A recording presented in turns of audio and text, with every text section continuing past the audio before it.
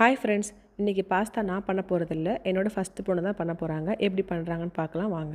ரெசிபிலாம் என்னோட தான். இப்படி பண்ணுங்கன்னு சொன்னேன், அவங்களே எல்லாத்தையும் பண்ணாங்க. எதுக்கு கிட்ஸ் எல்லாம் இன்வால்வ் பண்ணிங்க குக்கிங்கில் அப்படின்னு ஒரு யோசனை வரலாம். படித்து முடிச்சிட்டியான்னு கேட்டேன். படிச்சுட்டேம்மா நாங்கள். இப்போ என்ன பண்ண போகிறேன்? கொஞ்சம் நேரம் டேப்பில் பார்க்க போகிறேம்மா நாங்கள். நீ டேப்லாம் பார்க்க வேணாம், இன்றைக்கி நீ வந்து குக் பண்ணுன்னு சொன்னேன். ஸோ அவங்களும் இன்ட்ரெஸ்டட் ஆகிட்டாங்க. நார்மலாக அம்மாவுக்கு வந்து குக் பண்ணு, ஹெல்ப் பண்ணு, கிச்சனுக்கு வான்னு சொன்னால் எந்த பிள்ளையும் வராது. அதுங்களுக்கு பிடிச்ச மாதிரி ஒரு டிஷ் எடுத்து கொஞ்சம் ஹெல்ப் பண்ணுன்னு சொன்னால் அவங்களே வாலண்டியராக வந்து பயங்கரமாக இன்வால்வ் ஆகி ஹெல்ப் பண்ண ஆரம்பிப்பாங்க. அப்படி தான் நேற்று அவங்க ஹெல்ப் பண்ணாங்க.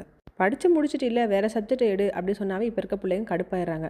இருக்கிற கொஞ்சம் நேரம் தான் எங்களுக்கு இருக்குது, அதில் கூட எங்களை டேப் பார்க்க விட மாட்டேன்றீங்கன்னு சொல்லிட்டு அந்த டேப் பார்க்குற டைமை நம்ம எடுத்துக்குவோம். உங்களுக்கு பிடிச்ச மாதிரி ஒரு டிஷ்ஷை செலக்ட் பண்ணுங்கள். வரியா மாட்டியான்னு மட்டும் கேட்டு பாருங்கள் எப்படி ஓடி வராங்கன்னு. நம்ம கொடுக்குற சில குவாலிட்டியான டைமில் நிறையா விஷயங்கள் பிள்ளைங்க ஷேர் பண்ணுறாங்க. கட்டாயம் நீங்களும் இந்த மாதிரி ட்ரை பண்ணி பாருங்கள். அவங்க சொல்கிறதுக்கும் நிறையா இருக்குது, நம்ம கேட்க வேண்டியதும் நிறையா இருக்குது. இந்த மாதிரி ஒரு சான்ஸாக எடுத்து அதை கண்டிப்பாக ட்ரை பண்ணுவோம். தேங்க்யூ ஃபார் வாட்சிங்.